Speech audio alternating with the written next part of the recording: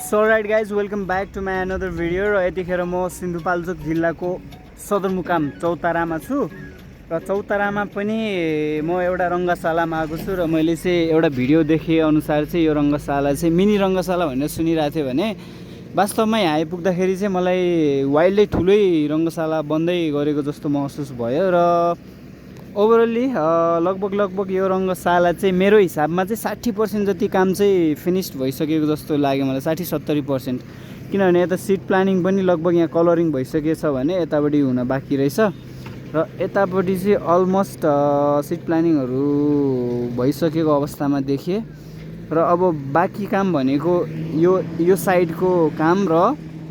ग्राउन्डको काम रहेछ। ग्राउन्डमा पनि घाँस रोपिराख्नु भएको छ भने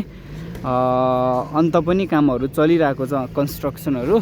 र ओभरअल्ली मलाई चाहिँ के लाग्यो भने अब यस्तो जुन हाम्रो सिन्धुपाल्चोक जिल्लाको सदरमुकाममै यो बन्दै गरेको छ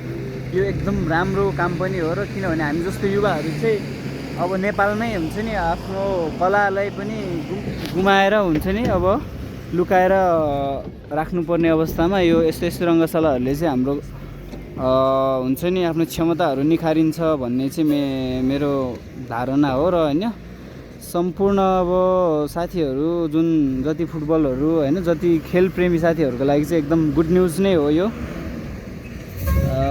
ल अब ओभरअल्ली राम्रो लाग्यो, खुसी लाग्यो। अब आफ्नो जिल्लामा यो लेभलको रङ्गशाला बन्दैछ। अब त्यही हो गाइस। सो होप सो अब छिट्टो नै तयार भएर चाहिँ हाम्रो अब नगर स्तरीय गेमहरू चाहिँ यहाँ खेलेको हेर्न पाऊँ।